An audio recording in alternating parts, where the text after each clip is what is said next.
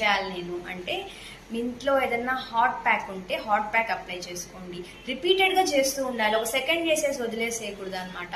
So అలా చేసుకోవచ్చు. Stretching, muscle stretching exercises చేసుకోవచ్చు.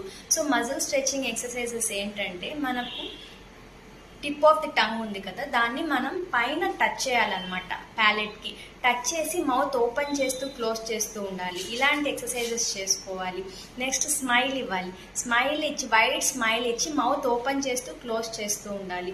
తర్వాత జా దగ్గర 2 పామ్స్ అప్లై చేసుకొని మనము జాని ముందుకు వెనక్కి తీసుకొని రావడం, సైడ్స్కి తీసుకొని రావడం, ఇలాంటివి per day 2 to 3 times practice చేస్తూ ఉండాలి. ఇలా ఎప్పుడు ప్రాక్టీస్ చేయొచ్చు అంటే, మీకు పెయిన్ లేనప్పుడు, డిస్కంఫర్ట్ లేనప్పుడు, జస్ట్ ఒకసారి లాక్ జా వచ్చేసి మళ్ళీ నార్మల్ అయిపోయింది ఇలాంటివి చేసుకున్నప్పుడు అనిపిస్తే మీరు ఇలాంటివి రోజు ప్రాక్టీస్ చేస్తూ ఉండాలి. దాంతోపాటు ఈ ప్రెషర్ పడే ఐటమ్స్ ఏవి తినకూడదు అనమాట. ఈ నాన్ వెజ్ ఐటమ్స్ ఎక్కువ తినడం, మైదా ఐటమ్స్, చపాతీస్ ఇలాంటివి కూడా తగ్గించుకోవాల్సి ఉంటుంది. ఇవన్నీ చేస్తూ మళ్ళీ వస్తోంది అంటే ఖచ్చితంగా డెంటిస్ట్ దగ్గరికి వెళ్ళి రీజన్ ఏంటో తెలుసుకోవాల్సి ఉంటుంది.